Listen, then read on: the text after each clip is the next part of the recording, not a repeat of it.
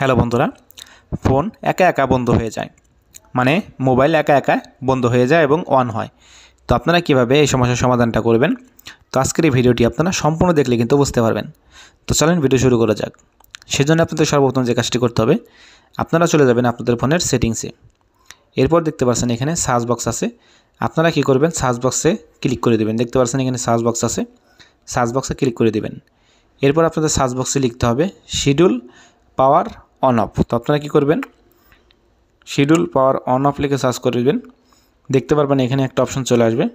দেখতে পাচ্ছেন এখানে লেখা আছে শিডিউল, পাচ্ছেন এখানে চলে এসেছে শিডিউল পাওয়ার অন অফ।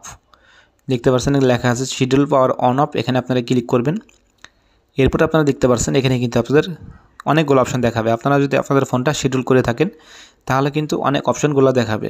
তো আপনাদের এরকম অন থাকতে পারে, দেখতে পাচ্ছেন এরকম কিন্তু আপনাদের অন থাকতে পারে। কী করবেন, আপনারা অপশনগুলো অফ করে দেবেন। তো এরপরে দেখতে পারতেছেন এখানে চলে আসবে 7টা AM। দেখতে পাচ্ছেন এখানে 7টা AM লেখা আছে। তো এখানে আমি 7টা AM যদি দিয়ে রাখি তারপরে কিন্তু আমার এটা শিডিউল হয়ে যাবে, মানে ফোনটা কিন্তু অটোমেটিকলি বন্ধ হয়ে যাবে।